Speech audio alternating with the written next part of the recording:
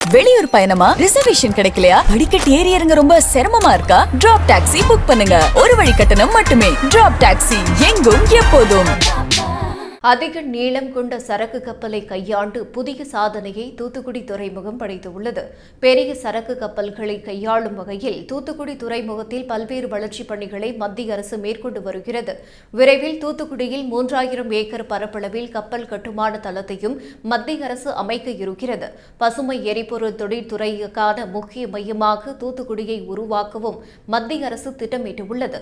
இந்நிலையில் தூத்துக்குடி வஉசி துறைமுகத்தில் இருக்கும் தக்ஷின் பாரத் கேட்வே சரக்கு பெட்டக முனையத்திற்கு சுமார் 304 மீட்டர் நீளமும் 40 மீட்டர் அகலமும் கொண்ட MV-MSC மைக்கேலா என்ற பெரிய வகை சரக்கு கப்பல் வந்தடைந்தது.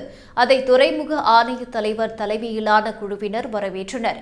மத்திய அமெரிக்காவின் பனாமா நாட்டில் இருக்கும் கொலோன் துறைமுகத்தில் இருந்து 6724 கண்டெய்னர் பெட்டிகளுடன் வந்த மைக்கேலா கப்பலானது 3977 பெட்டிகளை தூத்துக்குடி துறைமுகத்தில் இறக்குமதி செய்தது. இலங்கையின் கொழும்பு துறைமுகத்திலிருந்து மீதி கண்டெய்னர் பெட்டிகள் கொண்டு செல்லப்பட்டன.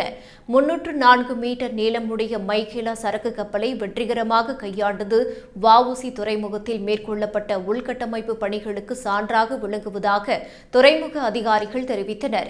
மேலும் அதிகபட்ச மிதவை ஆழத்தை 14.20 மீட்டராக உயர்த்துதல், துறைமுக கப்பல் சுற்றுவட்ட பாதையை 550 மீட்டராக விரிவுபடுத்துதல் போன்ற திட்டங்கள் செயல்படுத்தப்பட இருப்பதாகவும் அவை துறைமுக வளர்ச்சியை மேலும் அதிகரிக்கும் என்றும் அதிகாரிகள் நம்பிக்கையுடன் கூறினர்.